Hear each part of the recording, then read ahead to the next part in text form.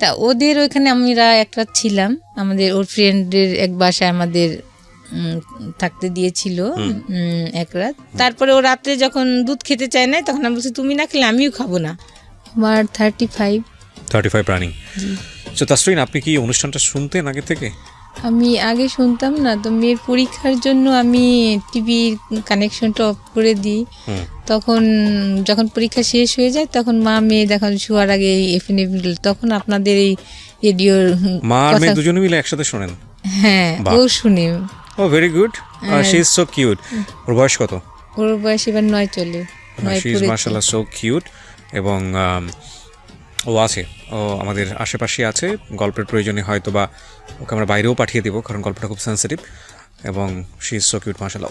ওই কি আপনাকে খোঁজ দিয়েছে এই গল্প অনুষ্ঠানের নাকি? হ্যাঁ, আমাকে বলে মাম্মু তাহলে তুমি যত কান্না করো, তুমি যে মন খারাপ থাকে সবসময়, তুমি তাহলে এখানে যে তো আঙ্কেলদের সাথে যে নাম্বার দেয়, তখন বারবার কয়েকটা নাম্বার নেয়, তখন ওখানে চেঞ্জ থাকে নাম্বার, যে ওখানে গানের কথা চলে আসে ওই নাম্বারগুলা।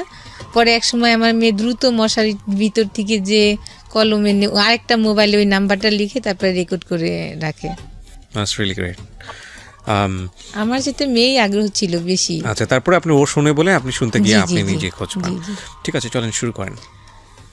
আমি 2008-এ আমার বোন ধানমন্ডিতে থাকতেন, ওই বোনের হাজব্যান্ড থাকতেন কোরিয়া। তখন 2 ছেলেকে পড়ালেখার জন্য ওই বোন থাকতেন, তখন ওই বোনের বাসায় আসি। ওই নিচে আমার বাচ্চার বাবার ফুপু থাকতেন।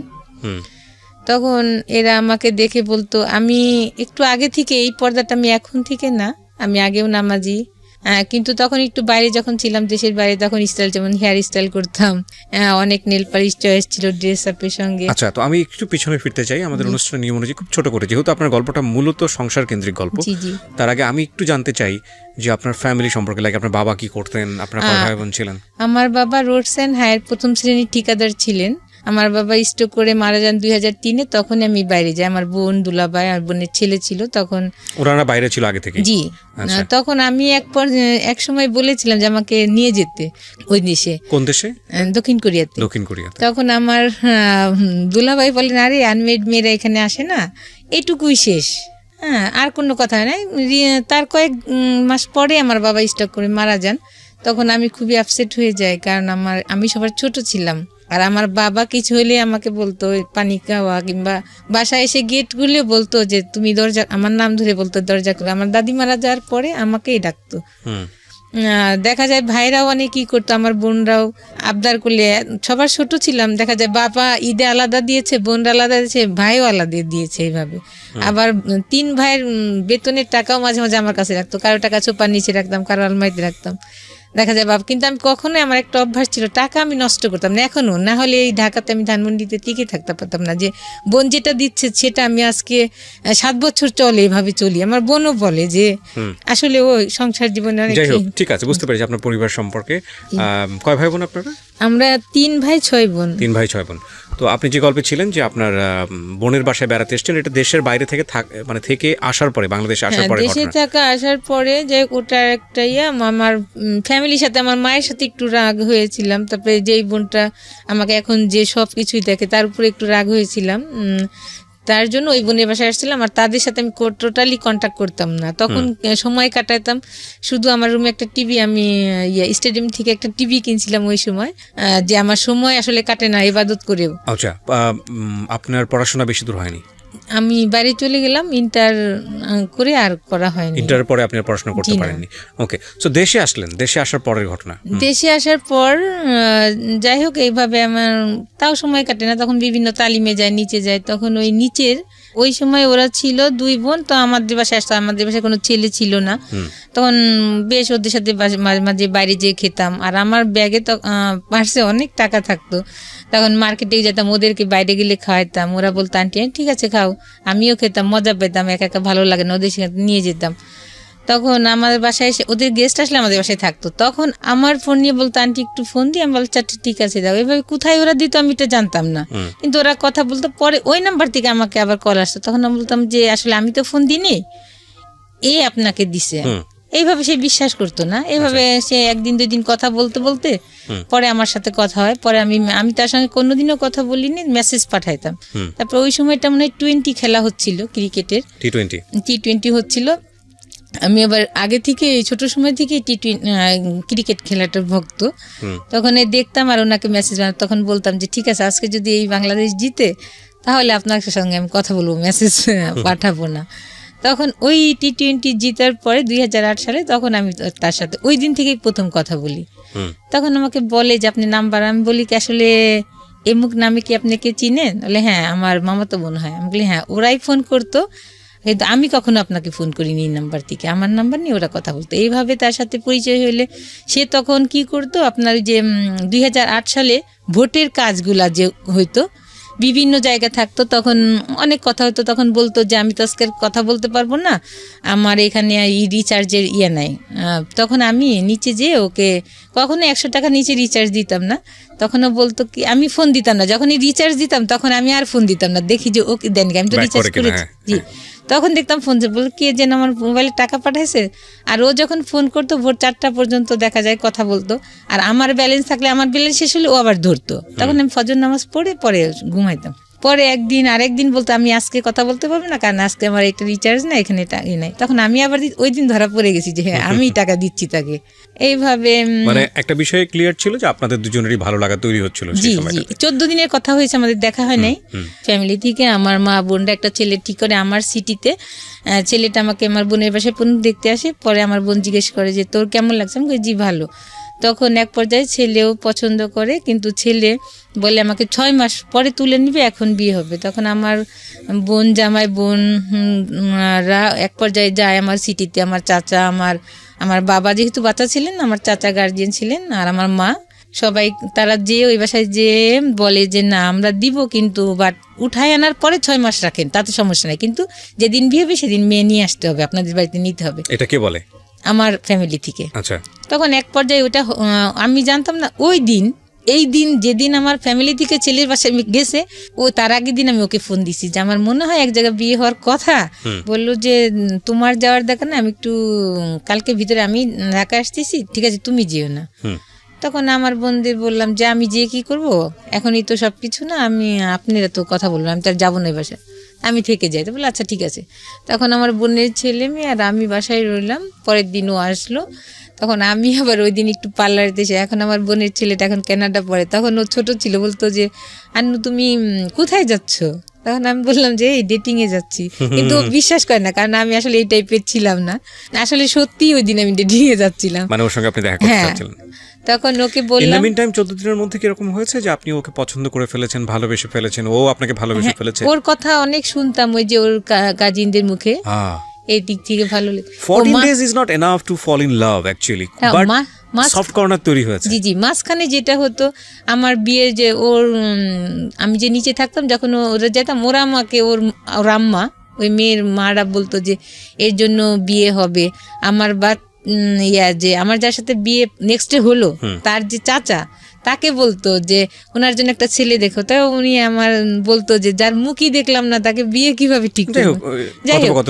হ্যাঁ, তখন ও আসার পরে আমি তো তখন আমার 10,000 টাকার একটা ঈদে নিয়েছিলাম, ওই সময় 10,000 টাকার একটা 3 পিস, অনেক কাজ করা বাইরের ড্রেসটা ছিল, ওটা পরে গেছি। তারপরে অনেক সাজছিও পার্লারে যে, তারপরে এখন ও গুড়ি বৃষ্টি হচ্ছিল, তা আমি রিক্সায় বসা।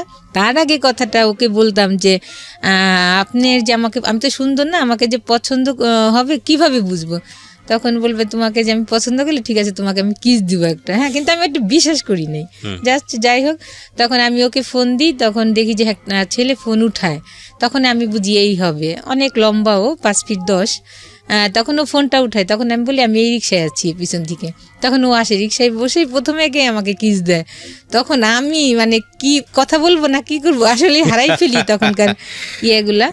তখন আমি রিক্সাওয়ালাকে বলি কি যে মামা আমি কোথায় যাবো, ওই সময় আসলে কোনো মাথায় আসছিল না। তখন আমি বলি মামা আপনি ধানমন্ডি পার্কে যান, গুড়ি বৃষ্টি হচ্ছে, ওটা মাথায় খেয়াল করি নাই। তারপরে গেলাম, ওখানেই জাস্ট 1 ঘন্টা কথা হয়েছে। তখন এই কথাগুলো বললাম, শেয়ার করলাম। তখন ও বললো ঠিক আছে কোনো সমস্যা নেই, আমি বিয়ে করবো তোমাকে, আমার দেশে যেতে হবে না, ওই ছেলেকে বিয়ে করতে হবে না। তখন আমি বললাম কি করতো ছেলেটা তখন? জানতাম যে ও তো ইঞ্জিনিয়ার, কিন্তু ওই কাজটা তখন ও করে, ভোটার আইডি কার্ডের ভোটার আইডি কার্ডের কাজটা হ্যাঁ কাজ করে। তারপরে কি হলো বললাম তখন বললো কি চলো একটু মার্কেটিং। তখন তো আমার কাছে আসলে অত টাকা ছিল না, তখন আমি ওর জন্য একটা মেরুন পাঞ্জাবি দিয়ে কাজ করা পাকিস্তানি। 14 দিনের মধ্যে এত দূর চলে গেলেন আপনারা? ওই যে আমার বিয়ে ঠিক হয়েছে দেখে ও আসছি ঢাকাতে। বাট ঠিক আছে, বাট ওরা আমি দেখি নাই না, আপনাকে তো দেখতে আসতেছে, বিয়ে তো ঠিক হয়নি তখন। না, ওই জন্য ও যখন কথা হলো তখনই বললো যে না তোমার ওখানে যেতে হবে না, আমি তোমাকে বিয়ে করবো। তারপরে আমি বললাম যে আপনি যে বিয়ে করবেন ঠিক আছে, আপনি তো আত্মীয় আছে তাহলে এখানে, তাদেরকে বলেন। বললেন না তাদেরকে বলা যাবে না। আমি কই আপনার বাবা মা না, কি না তাও বলা যাবে না। মানে আপনি ওকে ভালোবেসে ফেলেছেন, টু বি অনেস্ট? হ্যাঁ আসলে 14 দিন কথা হয়েছে, যাই হোক। এইগুলো কিন্তু পয়েন্ট, হ্যাঁ এগুলো খুব পয়েন্ট, এবং এগুলো আমাদের জীবনে প্রতিনিয়তই ঘটে। 14 দিন হয়েছে ওনার ক্ষেত্রে, কারো কারো ক্ষেত্রে 1 ঘন্টা হয়ে যায়। This unbelievable. আর ওই দিনে আমি প্রথম দেখি, তারপরের দিনে আমার আর কি বিয়ে হয়। তখন আমরা নিউ মার্কেট যাই, নিউ মার্কেটে যে আমার সাইজ চুজ করে ওর ড্রেসগুলো আগে কিনে দিই ওকে, আর আমার শাড়ি পুরা টাকাটা হয় না, আমাদের যে টাকা ছিল শপিংটা হয় না করা। পরে আমি কিছু টাকা করে রেখে আসি, বলি আপনাকে এইভাবে আমি পাঠাই দেবো, দিয়ে যাবো এখানে। পরে এসে আমার শাড়িটারিও কেনার পর আমার ব্লাউজ বানাই দিতে দেয়। আর আমরা বাইরে তখন খেলাম, দুজনে খেয়ে আমাকে আমার বাসার কাছেই নামাই দিয়ে চলে গেল। আপনারা দুজন সম্পর্কে জানতেন? ওই যে ফোনে যত কথা হয়েছে। মানে কি জানতেন? ওর পরিবার সম্পর্কে ডিটেইল জানতেন? হ্যাঁ জানতাম, কেন ওর কাজিনরাই সবসময় বলতো। আচ্ছা, আমাকে আগে আপনার নিয়ে পরিবার যেতে। সম্পর্কেও জানতো না তেমন জানতো না আমার পরিবারের সঙ্গে। 14 দিনের দিন দেখা, প্রথম দেখাতেই এরকম একটা আমি ঘটনা। আসলে কিছু বলি নাই, কিন্তু কারণ কি তাকে চিনি না, তার কাছে আমার ফ্যামিলি এত কথা। পরের দিন আপনারা বিয়ে করার প্ল্যান করছেন, তো বিয়েটা তো আসলে পারিবারিক বন্ধন, দুই পরিবার বলেছিলাম আমি। কিন্তু ও তখন একটা বলে যে না, যদি বিয়ে না হয়, তুমি যদি অন্য কোথাও বিয়ে করো তাহলে আমার কি হবে জানি না। তখন আমি ভাবলাম যে, আর আমি তখন ওই যে যখন ধান পার্কে গেলাম, ওকে আসলে মুখও দেখতে পারিনি, শুধু পায়ের দিকে তাকাইলাম। আসলে আমার পাটা অনেক সুন্দর না, আমার হাত সুন্দর কিন্তু, বাট ওর পাটা অনেক সুন্দর ছিল। আমি তখন পায়ের দিকে তাকাই থাকতাম, পা দেখে আরো না, আমি ওই নিচেই তাকাই আছি তো, পাই দেখতেছি শুধু, তার মুখের দিকে লজ্জা পাচ্ছি তাকাইতে। তখন শুধু পাই দেখতেছি, তখন বলছি যে পাটা যখন সুন্দর নিশ্চয়ই লোকটাও সুন্দর হবে, এমন। তখন যখন ও অন্যদিকে তাকাচ্ছে হয়তো বা তখন আর চোখে একটু দেখি, কিন্তু আমি এতই লজ্জা বোধ ছিল, কিন্তু তখন আমি অনেক ম্যাচিউরড মেয়ে, কিন্তু আমি লজ্জা পাচ্ছিলাম ওর দিকে তাকাইতে। ফোনে কথা হওয়ার দেখা অনেকটা একটু থাকে, ব্যতিক্রম থাকে। তখন যখন ফেস টু ফেস কথা কই তখন লজ্জা ছিল, কিন্তু ওকে আমি অনেক টাইম ওর মুখের দিকে তাকাইতে পারিনি। যাই হোক, এক পর্যায়ে তখন ও মার্কেটে নিয়ে যায়, এগুলা কিনা হয়। তখন আমি ওর ওই কাজিনের মায়ের কাছ থেকে আমি টাকাগুলো নিই। তখন আমার ব্যাংকে যাওয়ার ছিল না, পরে ওখান থেকে 6,000 টাকা নিয়ে আমি আরো মার্কেটের ওখানে দোকানটা দিয়ে আপনারা নিজেরা শপিং করেছেন। পরে ও আমাকে রেখে গাজীপুর এক ফ্রেন্ডের বাসায় যায়। আমি কালকে তুমি রেডি হয়ে থাকো, আমি তোমাকে নিতে আসবো। অনেক বৃষ্টি থাকে, এত বৃষ্টি, আমাকে ছিনজি করে নিতে আসে। ওই দিন আমি একটু সাজি যে আজকে যখন আমার একটা দিন, তখন সে যে ওর ওই ফুপুকে আমি সালাম করতে যাই, আমি বলি কি দোয়া করেন, বলে হ্যাঁ আপনার মনে আসা পূর্ণ হোক। কিন্তু সে জানছে না যে তারই আসলে ভাইয়ের ছেলে। যাই হোক, পরে ওখানে অনেক ওরা অ্যারেঞ্জমেন্ট করে, গাজীপুর সালতা আমার বিয়ে হয়। বিয়ে হলে বিয়ে ছিল ওর ফ্রেন্ডরাই ছিল, আমার কেউ ছিল না আমার পক্ষে। তখন এক পর্যায়ে কাবিনের টাকা বেশি লিখেছে, 4 লাখ টাকা কাবিন হয় দেখে। একটা বিষয় খুবই খেয়াল করার মতো, সেটা হচ্ছে ঘটনার যদি একদম 2 লাইনে সাম আপ করি, উনি যাকে বিয়ে করলেন ওনাদের নিচ তলার ভাড়াটিয়া, যার সঙ্গে ওনার একটা সম্পর্ক ছিল, এই অর্থে 2 বোনের সঙ্গে উনি বাইরে মাঝে মাঝে আউটিং করতেন। তারা ওনার ফোন ব্যবহার করে যে ভদ্রলোককে উনি বিয়ে করলেন তাকে ফোন দিত। তো এইভাবে আসলে ওনার সঙ্গে কথোপকথন একটা পর্যায়ে, এবং 14 দিন কথোপকথন যেটা হয়েছে যে উনি অনেক বেশি লোনলি ছিল। ইতিমধ্যে উনি বাড়ি থেকে রাগ করে ওনার বোনের বাসায় আছেন, ওই সময়টাতে উনি টাইম পাস করছেন, বিভিন্ন রকমের কথাবার্তা বলতো ওই ভদ্রলোকের সঙ্গে। ইন দ্য মিন টাইম ওনার বাড়ি থেকে বিয়ে ঠিক করা হয়, সেটা ওই ভদ্রলোক জানতে পারে। জানার পরে ওনার সাথে ফার্স্ট দেখা, ইমোশনালি ওনারা একটা সিদ্ধান্ত নিয়ে ফেলেছেন, দে উইল ম্যারি। এবং যেখানে মেয়ে পক্ষের কোনো গার্জিয়ানই উপস্থিত নাই, ছেলে পক্ষের কয়েকটা ফ্রেন্ড আছে। এই বিষয়গুলো খুব খেয়াল করার মতো। আপনারা হয়তো গেস করছেন যে এর পরে কী হবে না হবে, বাট এগুলো আমাদের প্রাত্যহিক জীবনে হয়। হওয়ার পরে আসলে কি হয় সেটাও খুবই লেসন আছে আজকের স্টোরিতে। হ্যাঁ বলেন। তারপর ওখানে নিয়ে যে বিয়ে হয়, তখন ওই কাবিনের টাকা করতে যে টাকা থাকে না, তখন আমার গলায় চেন ছিল, চেনটা রেখে আমি ওখান থেকে কিছু লোন করি, যে টাকা আমি পাঠিয়ে দিলে চেনটা নিয়ে যেতে। তারপরে এভাবে বিয়ে করে আমরা দুজনে একসঙ্গে আসি। আসার পরে ওই দিন আমার বোন ছিল না, ওই যে আমার ছেলে পক্ষ দেখার জন্য যে সবাই গেছে, ওই দিন বাসা ফাঁকা। তখন আমি বলি কি থাক, কোথাও যাওয়া থাকে না, আমাদের বাসায় যেয়ে উঠি। তা ওদের ওইখানে আমরা একটা ছিলাম, আমাদের ওর ফ্রেন্ডের এক বাসায় আমাদের থাকতে দিয়েছিল এক রাত। ওরা অনেক ফুল টুল দিয়ে ওখানে অনেক কিছু ওরা সাজায়, আমাদের অনেক বাসর রাত আপনাদের? জি, বাসর রাত ওরা ওখানেই করে, আর আমাকেও বরণ টরণ করা যেটা এটাও ওরা করে এগুলা। তারপরে ফিতা দিয়ে আমাকে ফুল দিয়ে গেট রুমে ঢুকায়। তারপরে পরের দিন আমরা চলে আসি। আমি বলি তাহলে আমার বোন তো নাই বাসায়, আমাদের বাসায় উঠি, অনেক রাত্রে আসি। তারপরে ধানমন্ডির এসে 27 বসে আমরা ফুচকা খেয়ে বাসায় ঢুকি। খাবার খেয়েছিলাম কিনা জানি না। তখন বাসায় এসে থাকি, বাসায় আবার আরেকটা মা মেয়ে থাকতেন ওই বাসাতেই, বড় বাসা ছিল, আরেকটা রুমে ওনারা থাকতেন। তখন আমি উঠলে পরে ওনারা আবার আমাদেরকে শরবত, মিষ্টি না ওই সময় একটা শরবতই আমাকে খাওয়াইছিল মনে আছে। তারপরে আমি ওই কয়েকদিন রান্না করিনি, ওনারাই রান্না করে দিত। আমি ওনারা বলতে কি ওনারা আপনার হাজবেন্ডের আত্মীয় ছিল? না, তাহলে ওনারা অন্য পার্সন ছিল ওখানে ওই একটা বাসা জানতো আপনাদের সম্পর্কে? আপনারা দুজন ওখানে থাকতেন? যে আমি বলছি খালাম্মা আমি বিয়ে করছি, তখন বলছি যে নিচে ওর আত্মীয়, তখন ওনারা চিনে। যা কয়েকদিন থাকার পরে তখন ওই মহিলা মাঝখানে জানি না, তার ছেলে ম্যারিড ছিল কিন্তু আমাকে খুব ডিস্টার্ব করতো। আমার বোনকে আমি বলেছি অনেকবার, ওই যে মুরব্বী কি মা ছেলে মাটা। তারপরে আর কিছু বলি না। যখন আমি বিয়ে হয়ে আসছি, তারপর আমাকে রান্না টান্না করে আমাদের দুজন কাজ খুব আদর যত্ন করছে। মাঝে যে নিচে ওর ফুপুকে যে আবার উনি এগুলা করছে আমি জানি না, পরে উপরে আছে। তখন আমাদের রুম বাইরে থেকে তালা দেওয়া যে ওরা নাই, কিন্তু উনি কি বলছে যে ওরা ভিতরে আছে। এখন আমাদের দুইজনের তো অনেক ওয়াশরুম চাপছে, কিন্তু বেরোইতে পারছি না। ওরা যাচ্ছে না 12টার পর্যন্ত এই বাসাতেই, ওরা মা মেয়ে ওর কাজিন ওর পুপু ওরা বাসাতে। তখন এক পর্যায়ে ওরা আর কতক্ষণ থাকবে, তখন ওরা নিচে যায়। তখন আমরা ওই 12টার সময় আমরা বের হয়ে ওয়াশরুমে যাই, যে পরে আমি কেন জানি আমার মনে হয় আমি একটু রেডি হয়ে বাইরে যাই। পরে ওই বিয়ের শাড়িটা আমি পরি, ও পাঞ্জাবি পরে, দুজনে পরে। পরে আমি বলি কি, ওনার যে মেয়েটা থাকতো, যে আমাদের সাথেই আরেকটা যে ইয়ে থাকতো খালাম্মা, ওনার মেয়েটা, আমি বলি কি আপা আমরা একটু বাড়িতে ঘুরে আসি। কেন জানি আমার মাথায় আল্লাহর তরফ থেকেই হয়তো বা, কারণ নাহলে ওইখানে গ্যাঞ্জাম হতো পরের দিন। পরে আমার বোনের বাসায় যাই, বলি আমি সরাসরি উঠে, যে ওকে আবার বলি নাই যে আমি আমার বোনের বাসায় যাই, চলো রিক্সা নিয়ে যাই। আপনারা উঠেছেন কোথায়? আমার ওই যে আরেকটা বোন যে ছিল, যে বোনটা কোরিয়া থাকতো, ওর না না না, আপনি বিয়ে করে উঠলেন কোথায়? ওই বাসাটাই, ওই নিজের বোনের বাসাতে? জি। ওই বোন জানতো যে আপনারা বিয়ে করে এসেছেন? না, ওই বোন তো ওই যে বললাম না বাসায় ছিল না, যে আমার জন্য ছেলে দেখতে গেছিল সবাই দেশে। মানে ওই বাড়িতে আপনার আত্মীয় স্বজন কেউ ছিল না যেখানে উঠেছেন?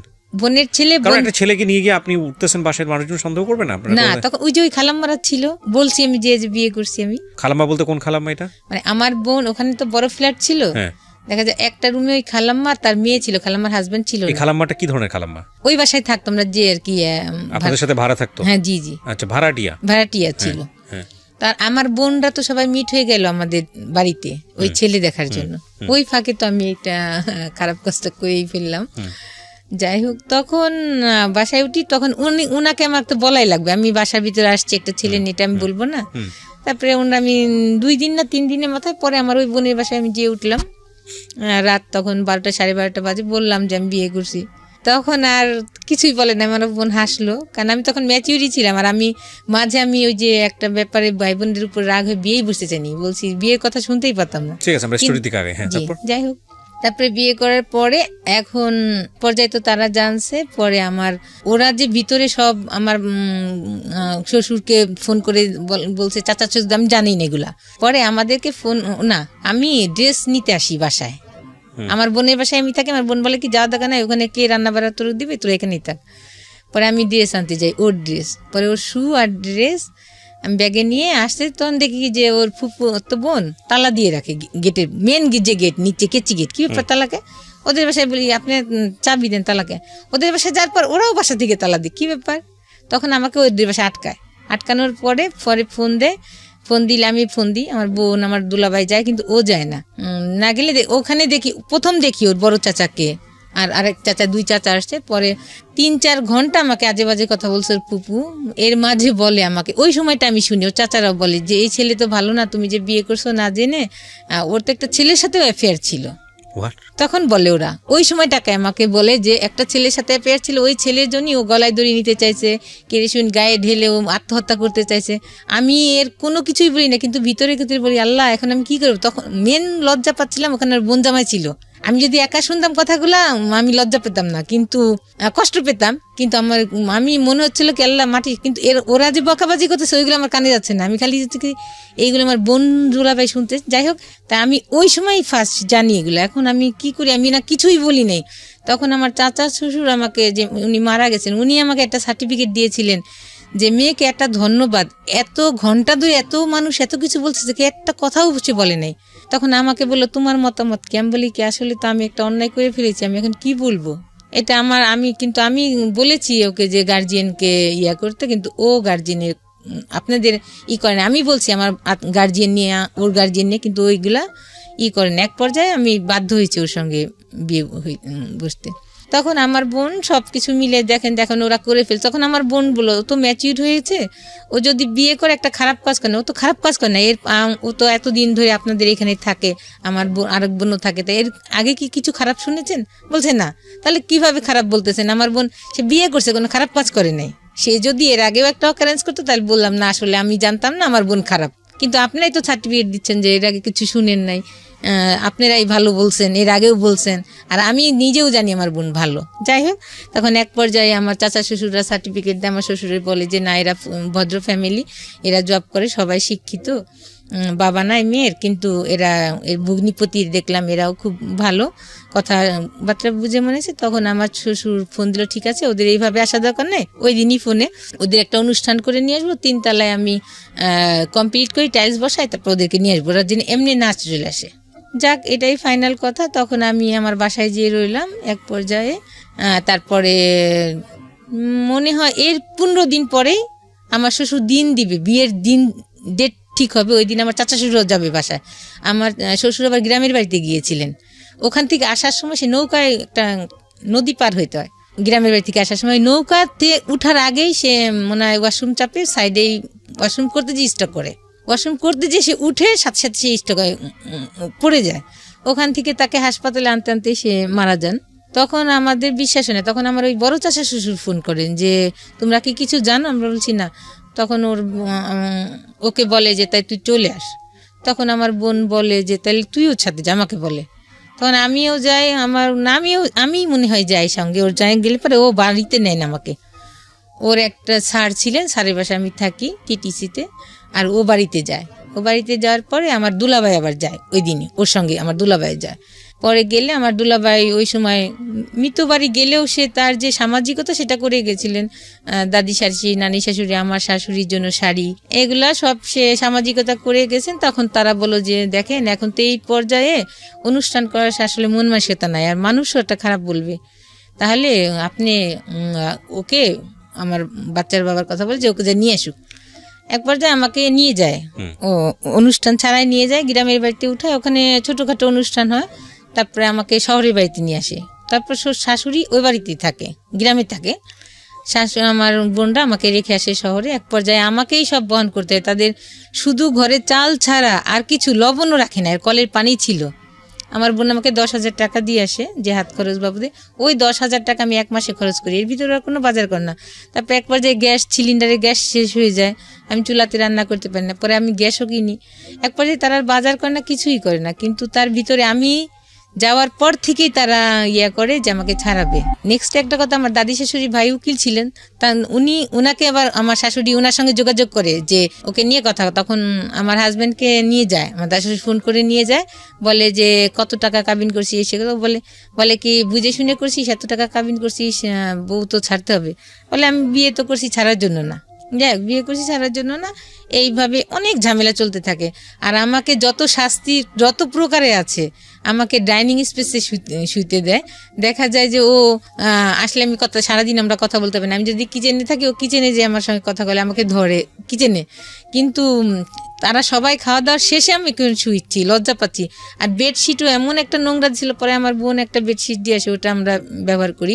আমি কোনো কিছুই বলি না। উনি 6 মাস শুধু খেসারি ডাল দিয়ে ভাত দেয়, আমি খেতে না পেরে কাজের বোয়ারে দিয়ে আমি কচু শাক আমি রান্না করে ফ্রিজে রাখি, যে এইভাবে কীভাবে ভাত খায় ওরা নাস্তা, কিন্তু আমি নতুন বউ বলতেও পারছি না কিছু। তারপরে এইভাবে আমার বোনটা বললে ওরা কি মাছ কিনে না? আমি বললাম তোর মাছ কিনে না, আমার তখন টাকা শেষ, আমি তখন আর কীভাবে পিওর ভেজিটেরিয়ান। কি আমার বাচ্চার বাবা শুধু একটা ডায়েরি ছিল, সামলাইতে থাকে, কেন ডায়েরিটা সামলায় কেন? পরে একদিন কোথায় সামলায় আমি জানি না, পরে একদিনকে আমার বাচ্চা দাদি বলে ওই ড্রামে পুলার চাল আছে, তুমি ধান বাঁচতে পারো? আমি বসে থাকি, আমার দেবরদের পড়াই, তারপরে আমার সময় থাকে, তারপরে বলে এখন ওদেরকে পড়াইতে বলে, এখন ধান চাল দিছে বাঁচতে, ঠিক আছে বাঁচতেছি। পরে ওখান থেকে চাল নিতে যেদিকে একটা ডায়েরি, এখন ডায়েরির পুরাটা আমি পড়ি, কোনো কিছুই পাই না। ওর স্কুলের সামনে যে দাঁড়ায় তার জন্য ওর আত্মহত্যা এগুলো লেখা আছে, যে আমার মনে হয় আমি কেরোসিন গায়ে ডালে মারা যাই, আমি গলায় দড়ি নিই ফ্যানের সাথে, এগুলো লেখা আছে। বাট কোনো ক্লু পাই না যে এই ক্লুতে আমি বিশ্বাস করবো তার সাথে আসলে শারীরিক সম্পর্ক ছিল।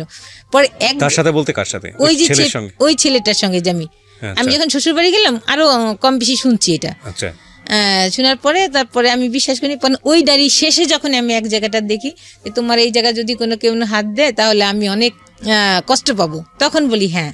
সে যখন তার আগে আমি ডায়েরি পুরাটা পড়ছি, কোনো কুলু না পেয়ে ওই কথাটা যখন, তখন আমার আর কিছু লাগে না যে হ্যাঁ তার সাথে ছিল কিছু একটা, মানে এটা দুজনই ছেলে সম্পর্কই ছিল। হ্যাঁ কিছু একটা ছিল, সবাই বলছে, ওর মা সবাই জানে, ফ্যামিলি জানে, কারণ একই রুমে থাকতো দীর্ঘদিন। This is the very important thing. আমি কেন বারবার বলি এই গল্পটা কমন, মানে এই গল্পের প্রেক্ষাপটে আমি যে কথাগুলো বলবো সেগুলো কমন, খুবই কমন। বারবার বলি, প্রতিবার বলি, বিয়ে একটা পারিবারিক বন্ধন। বিয়েটা কখনোই ভেরি শর্ট টাইমে, ইট ইজ নট ফ্যান্টাসি বস, এগুলো ফ্যান্টাসি না, বিয়ে জিনিসটা ফ্যান্টাসি না। বিয়েটা দুটো মানুষের মধ্যে হয় না, দুটো পরিবারের মধ্যে হয়, অ্যাকচুয়ালি তাই। এবং ভালো করে একটা মানুষকে না জেনে, না বুঝে, না শুনে কখনোই এই সিদ্ধান্তটা নেওয়া উচিত না এবং উচিত না। কারণ বিয়েটা মানেই দায় মুক্তি না, বিয়েটা মানেই দায় সারা না। বিয়ে হয়ে যাওয়া মানেই হচ্ছে যে সব কিছু শেষ হয়ে গেলো তা না, বিয়ে হয়ে যাওয়া মানে হচ্ছে সব কিছু শুরু। এবং এই ভুলগুলো আসলে আমরা ইমোশনালি যে কত বড় স্কেলে করি, আনথিঙ্কেবল। বলেন তারপর। কিন্তু ও যে এই ধরনের আসলে বোঝা। আপনি পেলেন, তারপরে কি করলেন? পেলে পরে তখন এর আগের কথাটা বলি, ওই যে যখন অনেক রাতে আমি ওই ডিসিশন নিয়েছিলাম প্রথম দিনে, ওর চাচারা যখন মিট হলো ঢাকাতে, আমি যাওয়ার আগে শ্বশুরবাড়ি, বলছিলাম যে না ওকে আমি ছেড়ে দিব, কিন্তু ও সারা রাত আমার এই দুই পা ধরে বসেছিল। আপনি ওকে জিজ্ঞেস করেছিলেন যে তোমার সম্পর্কে কোনো শুনেছি এটা ঠিক কিনা? এগুলো মিথ্যা। তাহলে আমি বলে কি করে বিশ্বাস করি, তুমি কি করলে আমি বিশ্বাস করি? আমি কি কোনো দিন যদি আপনার কিছু শুনি তোমার, তাহলে আমি করব। তখন আমার এই সারা রাত পা ধরে বসেছিল যে তুমি আমাকে ছেড়ে যেও না, হ্যাঁ তুমি কোনোদিন আমার কোনো খারাপ কিছু পাবা না। তখন একটা ছেলে যদি এইভাবে কান্না করে, এত করে, সে আপনি ডায়েরি পেলেন, তখন নেক্সট যে তার ডায়েরি পেলাম, তখন তো আমার অনেক দিন তার সাথে সংসার জীবন হয়ে গেছে, তখন আর আমি কিছুই বললাম না। আপনি তাকে কোনো জিজ্ঞেস করেননি ডায়েরিটা কি? হ্যাঁ সে শুধু সামলাইতো। পরে আমি পাওয়ার পরে যখন তাকে টর্চার করলাম, এগুলা জিজ্ঞেস করলাম যে এগুলা, তখন সে 5 ওয়াক্ত নামাজ পড়ে, আমি 5 ওয়াক্ত নামাজ পড়ি, তার ভিতরে এগুলা তখন করলো কি, সে সব ডায়েরি আরো কাগজ টাগজ ছিল তার ড্রয়ারে, ওগুলা পুরাইলো আমার সামনে, পুরাই ফেললো ওই ডায়েরিটা, আরো কি কি কাগজ ছিল ওগুলো পুরাই ফেললো। বাট আনসারটা কি ছিল তার? কিছুই বলে না, শুধু হাসে এক পর্যায়ে রেগে সব পুরাইলো। পুরার পর তখন আমার তো নতুন সংসার, কোনো কিছুই রাগ না। বিয়ের কয় মাস পরের ঘটনা এটা? বিয়ের 2 মাস 3 মাস পরে। মানে আপনি তখন শিওর হয়ে গেলেন যে এরকম একটা সম্পর্ক ছিল? আর এলাকারও বলছে আমাকে এগুলা। যাই হোক, বলার পরে আমি তো সংসার করছি। এক পর্যায়ে আমার ছেলেটাকে এটা আপনি আইডেন্টিফাই করতে পেরেছিলেন ওই সময়? জি, ওদের পাশের বাসায় ছিল। তো রাতে ওদের কোনো বোন ছিল না, ওরা 4টা ভাই ছিল, ওদের 2 ফ্ল্যাট নিয়ে থাকতো, ফাঁকাই থাকতো রুমগুলা, ওর সঙ্গে রাত্রে থাকতো এসে, হয়তো বা বন্ধুর মতন খুব ক্লোজ ছিল এই পর্যায়ে। তখন যাই হোক, এগুলো সব আপনি ওর মুখ থেকে শুনেননি? না, ও আমাকে কিছুই বলে না। হ্যাঁ, ওর আত্মীয়স্বজন বলেছে। তারপরে এক পর্যায়ে আমি প্রেগনেন্সি হই, 2009 আমার মেয়েটা হয়। সংসার একটু খরচ বেশি বাড়তি লাগে, কিন্তু হয় না। যেটা ওর যে বাসার নিচে যে দোকান ছিল, ওটার যে আয় হতো, দেখা যায় মেশিনটা তারপরে মাসে দ্বিগুণ টাকা লেগে যেত নষ্ট হইলে সারার জন্য। এইভাবে খুব ঝামেলা হইতে থাকে। এক পর্যায়ে অনেক গন্ডগোল হয় মাঝখানে। আমি বলি যে এইভাবে চলতে পারে না, বাচ্চার একটা জিনিস খাওয়াতে পারি না, একটা কষ্ট। হ্যাঁ, তখন ও এর মাঝ যাই হোক এক পর্যায়ে তখন ও করে কি, একটা চাকরিতে যায়, বাসার ভাড়াটিয়া ছিল পাশে, তারে ধরে ইন্স্যুরেন্সের একটা চাকরি নেয়। ইন্স্যুরেন্সের চাকরি 1 বছরে, 2012 সালে যায় চাকরিতে। প্রথম দিকেই মনে হয় চাকরিতে যায়। তখন সে ভালোই চাকরি করতে থাকে, বেশি স্যালারি ছিল না, তার ভিতরে আমি চলে যেতাম। সে জানতো, চুপচাপ কিছু বলতাম না। দেখা যায় আমার 4 বছরের সংসার জীবনে সে একবার একটা ইলিশ মাছ কিনেছিল, আর একবার বাইলে মাছ কিনেছিল, আর মেয়ের জন্য সে মাছ আনতো পাঙ্গা, সেটা দে। কিন্তু আর এদের এত সম্পত্তি, এতই, কিন্তু এটা এত হিসাবি, এত কৃপণ। ও যখন জবে যায়, আমি জানি না, মাঝে মাঝে এসে বলে যে আমার এক ম্যাডাম আছে, ওখানে ওই টেবিলটায় গেলে উনি এই কাজ কার এক্সট্রা পায়, টাকা পায়। তাই আমি বলি আস্তে আস্তে দেখো, প্রায় ম্যাডামের কথা বলতো। তখন আমি এক পর্যায়ে বলি, এই তুমি এত ম্যাডামের গল্প, তুমি যে সহজ সরল মানুষ, তুমি তারপরে অল্পতেই মানুষের ফাঁদে পড়ে যাও। কয় কি আরে না ঝামেলা। আমি কী হয়েছে? কয় কি না ম্যাডামের একটা পারিবারিক সমস্যা। আমি কেন, ওনার ভাই বোন নাই? কয় হ্যাঁ, এক ফুপা আছে, ওনার হাজব্যান্ডের সাথেই হচ্ছে না ঝামেলা। এর ভিতরে কিন্তু সেই জড়াই গেছে, আমি জানি না। আমার বাচ্চার যখন সেকেন্ড বার্থডে, ওই দিনই ও প্রথম ঢাকাতে। পরে আমি এগুলো মিলাই। আসলে কি ওকে আমি অন্ধবিশ্বাস করতাম, কেন জানি। আমি ভাবতাম না ও সত্যই কোনো বাসায় মেয়ে আসলে বাইরে ও তাকাইতো না, তাদের মুখের দিকে তাকাই কথা বলতো না, তাদের সাথে কথা বলতো না, শান্ত স্বভাব ছিল। আমরা জোরে কথা বললে বলতো যে তোমরা তো বাইরে যাও না, বাইরে গেলে তো মুখ আমার দেখায় যায়, তোমরা এত জোরে কথা বলো কেন, বাসার রাস্তা থেকে শোনা যায়। এই ধরনের সে খুবই, আর সে কি বলবো, অন্য ধরনের মানুষ ছিল। আমার কাছে না, শুধু আমার ফ্যামিলিও বলে, কিন্তু সেই ব্যক্তিটা যে এত খারাপ কাজ করতে পারে এরপরেও। তারপরে আমার বাচ্চাটা এরকম ম্যাডাম ম্যাডাম করতো। তখন ফার্স্ট ডেতে আমি ফোন করি, ঢাকা আসছে সে মেশিনের কাজে, বাড়ি থেকে ঢাকা আসছে। আসার পরে কি ব্যাপার, ফোন ধরে না, রিসিভ করে না। ওর বার্থডের বাজার করবো, সে গেছে 12টায় পৌঁছেছে, তার ফুল বন্ধ। ওর দাদির ফোন দিয়ে দেয় বন্ধ। তখনই সারি ওই মেয়েটা। আর ম্যারিড পার্সন, একটা কথা আমি যেটা বলি, ম্যারিড পার্সন মেয়েদের হয় কি সহজেই সহবাস হয়ে যায় একটা পুরুষের সাথে যদি সম্পর্ক থাকে।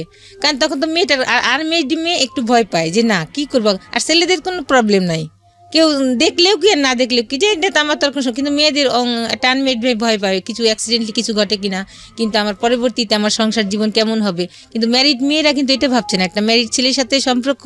যেটা আপনার পার্সোনাল অপিনিয়ন, আমরা ওই জায়গাটায় না যাই, ইভালুয়েশনের জায়গাটা না যাই।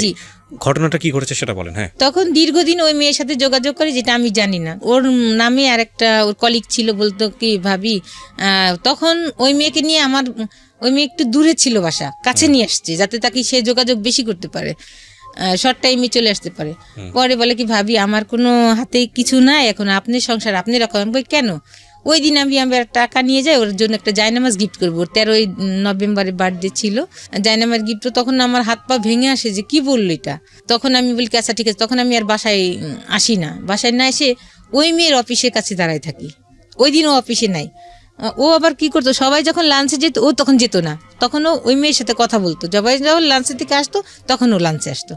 তারপরে করে সকাল সন্ধ্যা ও এর আগে যেত। কি ব্যাপার, তোমার গোসল করে আসছো কোত্থেকে, তোমার হাত দিয়ে সাবানের সেন্ট, তোমার গোসল করলে মানুষের একটা ফ্রেশনেস থাকে। ও এড়াই যেত কথা। পরে একদিনকে ও শার্ট দিয়ে পারফিউমের সেন্ট, মেয়েদের একটা শরীরে একটা গন্ধ আছে আলাদা, ছেলেদের একটা আলাদা গন্ধ আছে।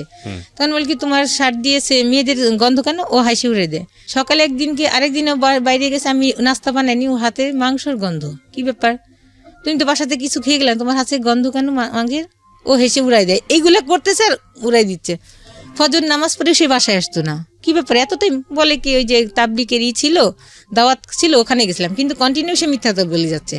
তারপরে আমি আমার মা তখন ক্যান্সারের রুগী ছিল, আমি আসবো আমার মাকে দেখতে, তখন ও আমাকে এড়াই যেত আর বলতো যে তুমি গেলে এত তাড়াতাড়ি আসলে, এত টাকা খরচ করে গেলে, 1 মাস না থাকলে হয়? আপনারা এইটা বুঝে নিয়েন যে ও একটা স্বামী স্ত্রীর মধ্যে যেই সম্পর্ক থাকা উচিত আমাদের সেটা ছিল না আমার।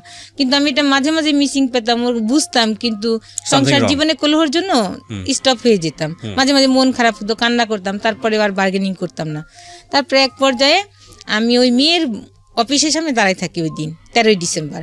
আর আমি মার্কেটে যে ওর জন্য জায়নামাজ কিনি না, দাঁড়ায় থাকলে পরে ওই মেয়েটা অটোতে উঠে, আমি পিছনে অটোতে উঠি। দেখি যে বাসার সামনে সে ওর বাসার সামনে নেমে হেঁটে যাচ্ছে, আমি পিছনে, মেয়েটা যায় আর পিছনে পিছনে তাকায়। তখন মাঝখানে আমাদেরই এক পরিচিত মুয়াজ্জিন আছে, উনি আবার ওই সাইডে দোকান দিছিল। তখন বলে হ্যাঁ ভাবি, আমি তো ভাইকে দিক দিয়ে মাঝে মাঝে যাওয়া দেখি, সকাল সন্ধ্যায় যায়। মেয়ের পিছনে পিছনে যে বাসাটা দেখে আসি। তখন আমি কনফার্ম হই না যে আসলে তার সাথে সম্পর্ক। পরে আমি বাসায় আসি, বাসায় আসলে পরে এক পর্যায়ে ওর যে নিচে দোকানটা থাকে, ওই দোকানের ড্রয়ারে পাসপোর্ট থাকে ওর, আর কিছু টাকা থাকে। আর আমার বোন আমার মেয়েকে যে ব্যাংকে নতুন টাকা দিছে বান্ডিল সহ, সেটাও আমাকে জানায় না, ওইভাবে রেখে দিছে, টাকাটা খরচ করে নেয়। ওই টাকাগুলো নিয়ে আমি বাসায় উঠি। ও অফিস থেকে বাসায় এসে দেখে ড্রয়ার ভাঙায়, আমাকে অনেক সার্চ করে, আমি কিছুই কথা বলি না, তখন ও বাসা থেকে চলে যায়। তখন আমি এক ভাড়াটিয়াকে বলি যে মামি, আমি একটু এই ঘটনা, আপনি আমার সাথে একটু চলেন। তখন উনি আমার সঙ্গে যায়, যে একসঙ্গে আমি আগে যে মেয়েটাকে ফলো করে যে বাসা চিনে আসছি, আমি কিন্তু ভিতরে ঢুকি নেই, মেয়েটাকে আমি দেখাইনি। কিন্তু যখন আমি ও বাসাতে চলে যায় আমাকে টর্চার করে, তখন মামিকে আমি সাথে নিয়ে যেয়ে দেখি যে দুজন একই সাথে, তখন আর আমি সহ্য করতে পারি না। মামিকে রেখে আমি ওকে বলি যে তুমি এগুলা করতে পারলে, এক পর্যায়ে হাতাহাতিয়া। তখন ওই মেয়েকে আমি গায়ে দিই যে এই, তার আগে আমি ওই মেয়েকে সাবধান করে আসছিলাম যে আমার একটা বাচ্চা আছে। এর আগে যে আমি যে আপনি আমার সংসারটা নষ্ট করেন, ওকে আমি ভালোবেসে বিয়ে করছি ওকে, আপনিও আমার সংসারটা নষ্ট করেন। বলে কি আপা আপনি কি বলেন এগুলো? তখন আমাকে নাস্তার সাথে, আমি কিছুই খাইনি না খেয়ে, যাই হোক এই পর্যায়ে চলে এসে আর কথা বলি না। তখন ওই মেয়েটাকে আমি ইচ্ছা মতো মারি দিই যে তুই তো জানতি যে আমার একটা বাচ্চা ছিল, তোকে না আমি অ্যালার্ট করে দিয়ে আসছিলাম যে আমার সংসার ভাঙিস না, আমার একটা মেয়ে আছে। আর সে এই পর্যায়ে এইগুলো হয়ে যাওয়ার পরে, অকারেন্স হওয়ার পরে তার বাড়ি থেকে ভাই মারি। ও তখন ওই মেয়েটা কী করে, আমি এক পর্যায়ে করি, বাড়িওয়ালা বলে ঠিক আছে আপনি বৈধ, আপনি ওর প্রথম স্ত্রী, আপনি পুলিশ আনেন। তখন আমি সত্যি থানায় আমার বোনদের ফোন করি। আমার বোনদের এক পর্যায়েও ফোন দেয় যে আপনার বোনকে আর আমার রাখা সম্ভব না।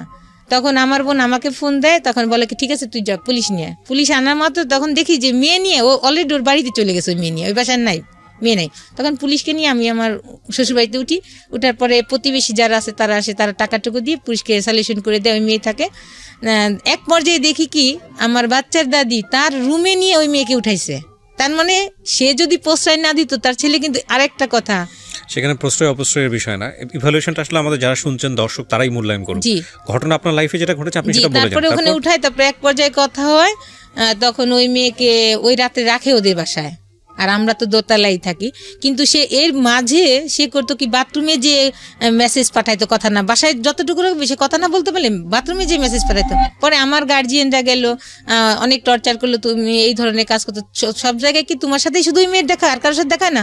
বলে হ্যাঁ আমি এতে অফিসে, কই না তুমি অফিসিয়াল কাজ, তার বাসায় বাড়িতে যেত না। ওই ঈদের কথাটা মিসিং হয়ে গেছে। সে করছে কি আমাদের বাসায় রেখে সে ওই মেয়ের বাড়িতে গেছে। প্রশ্নের উত্তর দেন। সেটা হচ্ছে আপনি যেটা বললেন যে মেয়েটাকে ছেলেটাকে আপনি একসাথে পেয়েছেন, পুলিশ নিয়ে আসছেন, তারপরে বিষয়টা কি মীমাংসা হলো আপনাদের মধ্যে? মীমাংসা কি ছিল? মীমাংসাটা ছিল আপনার সঙ্গে থাকবে আপনার হাজবেন্ড না বলে না, আমি এমনি গেছিলাম, আমি তাকে বিয়ে কিছু করি। মীমাংসাটা কি ছিল, রেজাল্টটা কি ছিল? আপনার সঙ্গে রয়েছে, হ্যাঁ আপনার সঙ্গে থাকবে, আপনি সেটা মেনে নিলেন। হ্যাঁ মেনে নিলেন, তার মানে সে ওই মেয়ের সঙ্গে যোগাযোগ করবে না। এরপরে ঘটনা সামনে দিকে আমি আমার ফ্ল্যাটে, আমি থাকতাম দোতলায়, ওর আমার শাশুড়ি থাকতো তিনতলায়। তখন ওরা চলে, মেয়েকে আমার শাশুড়ি রেখে দিল, সকালবেলা পাঠাইলো। যাই হোক অফিসে আরো মানুষজন অনেক ঝামেলা হইলো। এরপর যে আবার করলো কি, সে এর মাঝে তো অনেক ঝামেলা গেছে, অনেক কিছু হয়েছে, আমার মামা শ্বশুর সবাই আসছে, সবাই আমাকে ভোট করছে যে এই বউ, আমরা যতক্ষণ যদি কারেন্ট না থাকে এ হাত দিয়ে কোন দিক দিয়ে যা রান্না করতেছে, খাবারও দিচ্ছে আর হাতের পাখা নামতেছে না। সে আবার কি করলো, ওই মেয়েকে এক পর্যায়ে, এর মধ্যে তো অনেক ঝামেলা চলতেছে, ঝামেলা প্রায়ই হয়। সে কথা বলে আমি ঝামেলা করি, সে দেখা যায় যে নিচে আমরা টিউবওয়েলে পানি খেতাম, সে আনতে যেয়ে সে কথা বলতেছে, সে আসলে পানি কলসিটা টিউবওয়েলে ওখানে রেখে, আমি তো বউ মানুষ, আমি নিচে যাব না খাবারের পানি আনতে, সেই আনতো। তখন সে নিচে যাচ্ছে, হাতিম আলী কলেজের মাঠে যেয়ে সে কথা বলতেছে, মাঝখানে যে তখন মেয়ের গলায় বটি ধরছি, সত্য কথা বল, কার সাথে কথা বলছিস, না এই যে জব দিব তোর মেয়েকে। তারপরে বললে পরে সে বলে যে হ্যাঁ তুমি বটি নামাও, আমি সত্যি কথা বলতেছি। বললে পরে বলে যে ওর সাথে কথা বলতেছিলাম, কিন্তু আমার দরকার ছিল কথা। আমাকে দরকার তাহলে ঘরে বসে বলতা, আমার সামনে বলতাম, আমি তো কিছু বলতাম না। কিন্তু কন্টিনিউ সে মেয়ের সাথে চালাই যাচ্ছে। আবার কি করছে, যেই বাসায় যে গন্ডগোল হলো, সে কি করছে, ওই বাসা দেখে মেয়েকে আরেকটা বাসা নিছে। তখন আমার তো একটা বাচ্চা আছে, ওকে আমার সঙ্গে নিয়ে যেতে হয়। তখন আমার বেবিটা 3 বছর। তখন ওর মা বলে কি, ছেলেকে অ্যালার্ট করে দেয় যে তোর বউ কিন্তু গেছে, তুই সাবধান থাকিস। ও আর ওই পথে যায় না। আমি দেখি দূতের দাঁড়াইছি যে অটোতে উঠবে, কিন্তু অটোতে উঠে না, যে আমি ধরা পড়বে। তাই এক পর্যায়ে সে অতিষ্ঠ হয়ে আমি যে তাকে সবসময় চোখে চোখে রাখতেছি, এগুলো সে অতিষ্ঠ হয়ে যায়।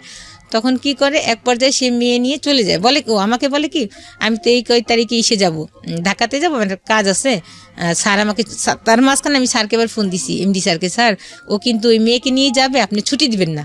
স্যার আমার আচ্ছা ঠিক আছে। তখন ওকে বলে যে তুমি তো আমার শুক্রবারেও কাজ আছে, তুমি যেতে পারবে না, বৃহস্পতিবার লঞ্চে উঠবে। কিন্তু এক পর্যায়ে যাই, বাসায় এসে এটা বলে কিছু বলি। তখন ও যেদিন নাকি ফাইনালি যাবে টাকা পয়সা নিয়ে, সেদিন আমি তো জানতেছি, আমি আবার করছি কি, 2টা আমার বাচ্চার কাপড়গুলা আমি নিচে একটা জায়গায় রাখছি যাতে কেউ না দেখে। ও যাবে, আমি এক পাশে যাবো পাশ।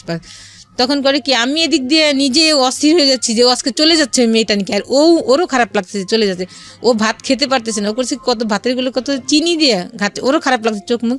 এদিক দিয়ে আমার মাথা ঘুরাচ্ছে, আমি মাথায় তেল পানি দিচ্ছি, কিন্তু ওকে বুঝতে দিচ্ছি না যে আমি বুঝছি। তখন আমি অন্য একটা ছেলেকে লাগাই রাখছিলাম যে ও যখন যাবে ওর পিছ যাবে যে ও কাকে নিয়ে যায়। পরে হ্যাঁ ওই যায় লঞ্চে দেখে যে 2টা মহিলা, একটা মহিলার বাচ্চা কোলে আর একটা মহিলা বসে আছে চাদর পিছে। পরে কোন তখন আমাকে আবার বলে যে দেখবো আজকে কে আগে ফোন দেয়, যে আগে ফোন দেয় সেই বুঝবো ভালোবাসে বেশি। আমি আচ্ছা ঠিক আছে, আমি তোর ফোন দিই না। ও বলে দেখে কি দেখছো, আমি তোমাকে বেশি ভালোবাসি, আমি তোমাকে আগে ফোন দিলাম, তুমি তো ফোন দিলা না। ওর মার কাছে ফোন দেয়, ওরা কই বলে করে দে তো দেখি না, মানে পাশে বাসায় গেছে নাকি জানে না সেও আমি যে লঞ্চ ঘাটে গেছি। পরে আমি লঞ্চ ঘাটে গেছি, তখন ওই ফোনটা রিসিভ করতে পারি না, গাড়ি শব্দ হয়ে দেখে আমি দূরে যেয়ে ফোনটা রিসিভ করি যে হ্যাঁ আমি বাসায় পাশে বাসায় আসছি। পরে আমি যে করি কি, ও তো অনেক লম্বা, ও করছে কি মেয়েটা ওইদিকে মুখ করে বসা আর ও হলো মুখ করা বসা সিঁড়ির দিকে। আমি সিঁড়িতে উঠা মাত্রই ও দেখে ফেলছে, আর ও খুবই চতুর, এত চতুর যেটা আমি বোঝাইতে পারবো না, ভালো যেমন তেমন চতুর। ও আমাকে দেখে চট করে উঠে গেছে। আমি করছি কি তখনই মেয়ে কোল থেকে নামাই দিছি। ও করছে কি মেয়ে নিয়ে যখন আসছে তখন আমি ওই মহিলা, তখন আমি বললাম যে বাচ্চা কোলে, ওর ওই মেয়েটা ওই মেয়ের ভাইয়ের বাচ্চা কোলে। তখন আমি বললাম বাচ্চা নিয়ে কোথায় যাবে, আমি টার্গেট করিনি, বাচ্চা আবার পরে দিবে। তখন আমি ওর ভাবির পাশে আসি, ওই মেয়ে ততক্ষণে করে কি ফোন করে ওর ছোট ভাইদের আইনে ওই বাচ্চা ওর ভাইয়ের বাচ্চাকে ওকে দিয়ে তারা দুজনে তার মাঝখানে আমার বাচ্চার বাবা আমার বাচ্চাকে ওর দাদির কাছে দিয়ে টাকা পয়সা নিয়ে মাইতে বলে দেয় যে তোরা বাঁচে যা। তখন ওরা বাসে চলে আসে। তখন তো আমার এমন পজিশন, তখন আমার তখন রাত্রে আমি রাত জেগে 2টা চিঠি লিখলাম, সারা রাত জেগে। আর যতক্ষণ চিঠি লিখছি ততক্ষণ শুধু আমার মেয়ের দিকেই আমি তাকাই কান্না করছি। আমার শাশুড়িকে, যে আমি 4 বছরে আপনার মন জোগাইতে পারিনি, কিন্তু আমার মা নাই, কিভাবে যে আপনার ভালোবাসা আমি পাবো আমি নিজেই জানি না, কি করলে আপনি আমাকে ভালোবাসতেন।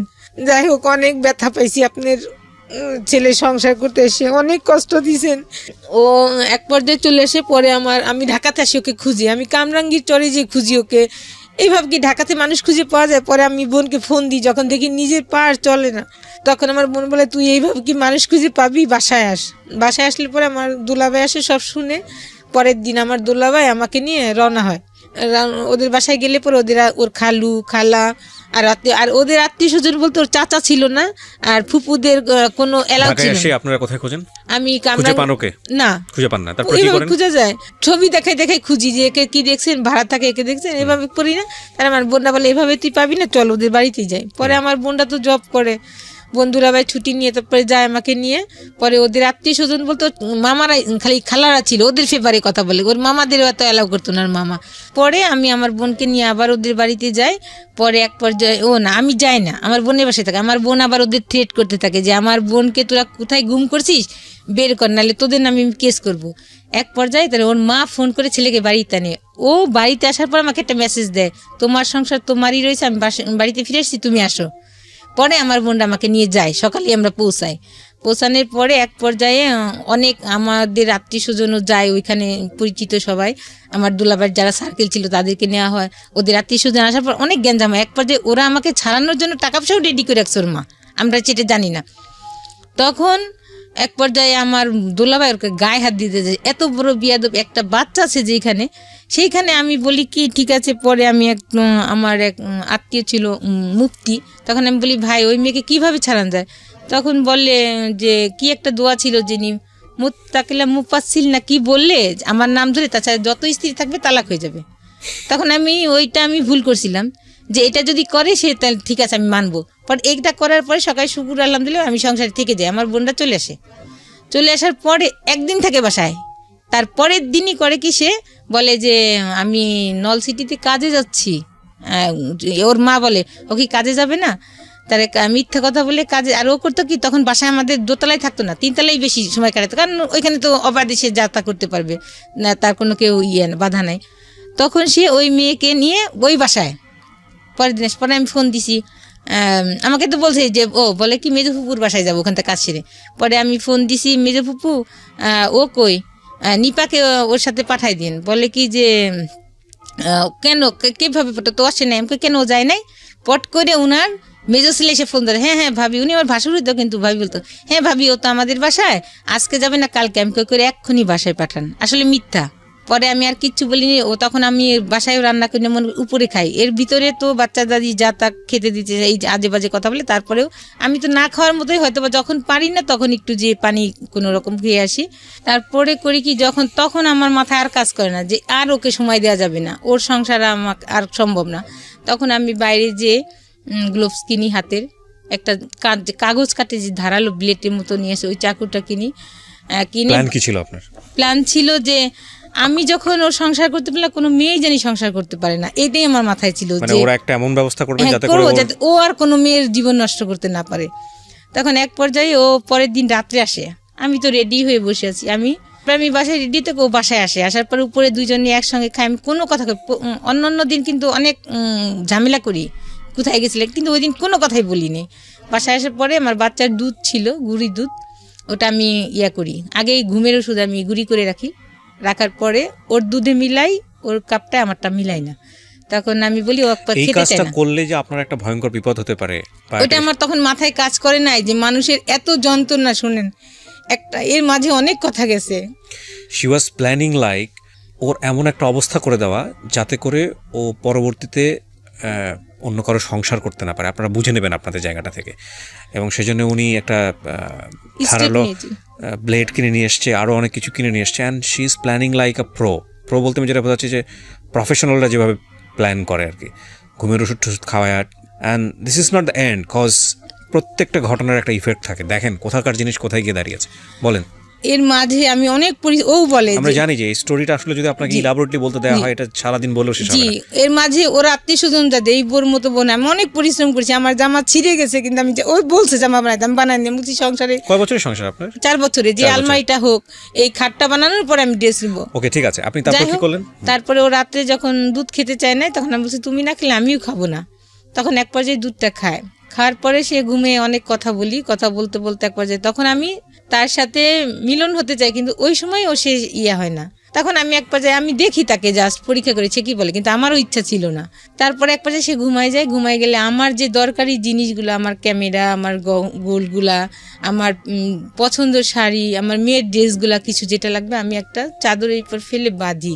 আর আমার কিছু বাইরের কিছু ইলেকট্রিক জিনিস ছিল, ঘর মোছা মেশিন, ঘর ঝাড় দেওয়া মেশিন, আরও আমার প্রিয় জিনিসগুলা আমি করি কি, আমার ড্রয়িং রুমে খাট ছিল সামনে, আমি মেয়েটাকে আগে ওখানে শোয়াই যাতে আমি দ্রুত মেয়েকে নিয়ে চলে যেতে পারি। মেয়ের শীতের পোশাক পরাই ঘুম পাড়ায় রাখি, আর আমিও আগে বোরকা পরে ফেলি, পরে বলে আমি নিয়ে তখন আমি মশারিটা নেই, আমার প্রিয় লেপ ছিল, আমার একদম পছন্দের অনেক দামি লেপ, মশারি, আমার কাটা, আমি সব ওকে গায়ে দিয়ে আসছি কেন, যাতে ও শীতে কষ্ট না খায়, ওকে মশারি না কামড়ায়। কিন্তু কাজটা করছি খুব জিদে, কিন্তু আমি চাইনি যে ওকে একটা মশারিও কামড় দিই, কিন্তু আমি ক্ষতি করছি, কারণ যে আমার মনে যে ব্যথা, আপনি ঘুমের মধ্যে থাকা অবস্থায় কাজটা করেন, থাকার অবস্থায় কাজটা করি, তখন ও জেগে উঠে। তারপরে আমি ওটা জেগে ওঠার পরে কি করে, আপনাকে ধরে ফেলে না, ও চিৎকার করে না বেশি, যাই হোক। তখন সাথে সাথে আমি আমার ওইটা ছুরিটা আমার হাতেই থাকে, আমার মেয়েকে আমি নিয়ে আসি, ওর মোবাইলটা আবার আমার কাছে ছিল, ওর মোবাইলটা ওই আমি ড্রয়িং রুমে পড়ে যায় আমার কাছ থেকে, পড়ে গেলে আমি মেয়েটাকে, তখন আমার জুতাও পরার আমার ছিল না, মনে ছিল না, আমি নিয়ে চলে আসি। তখন অনেক শীত ছিল, 28শে ডিসেম্বর 12 সালের। তখন আমার মেয়েটাকে আমি বলি আম্মু কুকুর ডাকতেছে, আমি বলছি আম্মু। তখন আমি ওদের বাসায় চিল্লাপাল্লা শুরু হয়েছে, ওর মা চিৎকার করে কান্না করতেছে, তখন চিৎকার করে কান্না করতেছে, সব আমি তো দেখতেছি, দূরে থেকে দেখা যাচ্ছে, মানুষ দেখা যায় না কিন্তু শব্দগুলো শোনা যাচ্ছে। তখন আমার মেয়েকে বলে আম্মু কুকুরে ডাকে, তুমি করো, আমাদের তো ধরে ফেলবে, তুমি কথা বলো না। ওকে আমি তখন খুব পারে, তখন আমার সামনে দিয়ে অ্যাম্বুলেন্সে নিয়ে যায়, অ্যাম্বুলেন্সে নিয়ে গেলে ওখানে কাজ করতে পারে, ঢাকায় নিয়ে আসে, ঢাকায় নিয়ে আসলে অ্যাম্বুলেন্সে নিয়ে যায় মানে কি, এই ঘটনা ঘটার পরপরই আমি দেখতেছি আমার সামনে দিয়ে নিয়ে যাচ্ছে, আমি তো সাইডে দাঁড়ানো, আমি তো ফ্যামিলি মেম্বার যারা ছিল তারা তো ওই বিল্ডিং এই ছিল, হ্যাঁ 3 তলায় থাকতো, ওরা তখন 2 তলায় চলে আসছে, ওরা তো সবাই বুঝে গেছে যে আপনি কাজটা করেন, সবাই আমি তো অলরেডি নাই, বাসায় নাই, তখন সবাই চলে আসছে, আমার তখন কোনো কিছুই নাই, যে because she doesn't have sense, ওই সময়টাতে সেন্স নাই, আমার এর ভিতরে অনেক কিছু গেছে, জানতে কি বলার না, সেন্সটা না থাকার পেছনে অনেক কথা আছে, এর মাঝখানে অনেক কথা গেছে। আমি অনেকবার সুইসাইড করতে চাইছি, যখনই আমি সুইসাইড করতে গেছি, ফ্যানের সাথে ঝুলতে গেছি, তখন আমার মেয়ের মুখ দেখছি আর বলছি যে শেষ ওকে দেখে যাই, যখনই দেখতে গেছি তখনই নেমে আসছি যে আমি যদি মারা যাই তাহলে আমার মেয়ের কিছু থাকবে না। আর শুনেন, বাবারা কষ্ট করেন না সন্তানের জন্য। আজকের এই গল্পটা যারা দেখছেন ভিডিও, তাদের শুধু একটা কথাই বলবো, যারা এরকম ডিসিশন নিতে যাচ্ছেন, এত শর্ট টাইমে পরিচয়, সেটা ছেলের দিকেই হোক বা মেয়ের দিকেই হোক, আজকের এই গল্পটা শুনে দেখে তওবা করেন। Don't do this boss, cause it's not your decision, it's a family decision. বিয়ের পরের জীবনটা যে আসলে কি বিয়ের আগের টের পাওয়া যায় না, এবং এই সিদ্ধান্ত কোনোভাবেই ইমোশনালি, শুধু ইমোশনালি দুজন মানুষকে ভালো করে না জেনে, দুটো পরিবারকে ভালো করে না জেনে নেওয়া উচিত না, উচিত না, উচিত না, উচিত না। একেবারে আমৃত্যু পর্যন্ত আমি এই কথাটাই বলবো যতদিন রেডিও প্রোগ্রাম করবো। Do not do this, do not do this, do not do this, please. তারপর কি হলো? তারপরে ওকে নিয়ে ঢাকাতে আসে, ওই দিনই আমি অনেক কুয়াশা থাকে ওই দিন, আমি আমার বোনের সাথে কন্ট্যাক্ট হয় শুধু, আর কারোর সাথে আমি কথা না বলে ফোনের সাথে কন্ট্যাক্ট করি, ফোনটা অফ স্টপ করে দিই। তারপর একটা অটো আমাকে একটা আমার জায়গাটার নাম মনে নেই, বাস স্টপিটে আমাকে দেখে যায় আমার বাচ্চা সহ। তাকে আমি অনেক শীত, আমি বসে থাকি, কেউ থাকে না, গার্ডরা থাকে, ওখানে বসে থাকি। তারপর একটা সকাল 6টার দিকে বাস আসে, একটু দেরি হয় বাস আসা, কারণ কুয়াশা ছিল অনেক। আসলে পরে তারপরে আমি গাজীপুরে যাই, গাজীপুরে আমার বোনের ওখানে বাড়ি আছে, ওখানে যাই আমাকে রাখে প্রথম। পরে আমার বোন ওই দিনই ওই ওই ওই ঘটনাটা সবাই জেনেও ফেলছে, পুরো এলাকায় জানাজানি হয়ে যায়। জানা হয়ে গেছে। পরে আমার ফ্যামিলিতে জানছে, আমার বোনাই তো অনেক রাগারাগি, কিন্তু আমার বোনাই রাগ মানে এদিক দিয়ে রাগারাগি তো, কিন্তু আমার বোন বলতেছে আমার বোনকে আগে বাঁচায় আসি যেটা হোক। তখন আমাকে গাজীপুরে তার বাড়িতেও রাখে নাই, পাশের সাইডে একটা ভাড়া করে রেখেছে। তখন অনেক দিন ওখানে ছিলাম, প্রায় 15 দিন। আমার বোন গাড়িতে করে খাবার দাবার সব পার্সেল দিছে। যখন রাতে কুকুর ডাকতো, আমার মেয়েকে আমি বুকে জড়াই ধরে রাখতাম, মানে এইভাবে পুলিশ আসতো, খালি সারাদিন এটাই মনে হতো। তারপরে আমার মেয়ে দিনের হলে দাঁড়ায় থাকতো, যে আম্মু, আমি বলি আম্মু দাঁড়ায় থাকে না, পুলিশ আসবে। বলে কি আম্মু, আমি দূর থেকে দেখি, আমার আবুজি যখন নামাজ পড়তে যাবেন আমি দূর থেকে আবুজিকে দেখবো, আমাকে পুলিশে ধরতে পারবে না। আর যাকেই দেখতো তাকেই বলতো যে তোমরা কি আমার আবুজিকে দেখছো? ততদিনে কি মামলা হয়ে গেছে আপনার নামে? আপনি কিছু জানেন যে পুলিশ বা এরকম? হ্যাঁ, আমাদের বাড়িতে পুলিশ গেছে, আমি তো সংবাদ পাচ্ছি, আমার ফোন স্টপ করে ফেলেছি। পরে যে মানে ওরা তখনই মামলা করে দিয়েছে বিষয়টা নিয়ে? তারপরের দিনই 29 ডিসেম্বরই তারা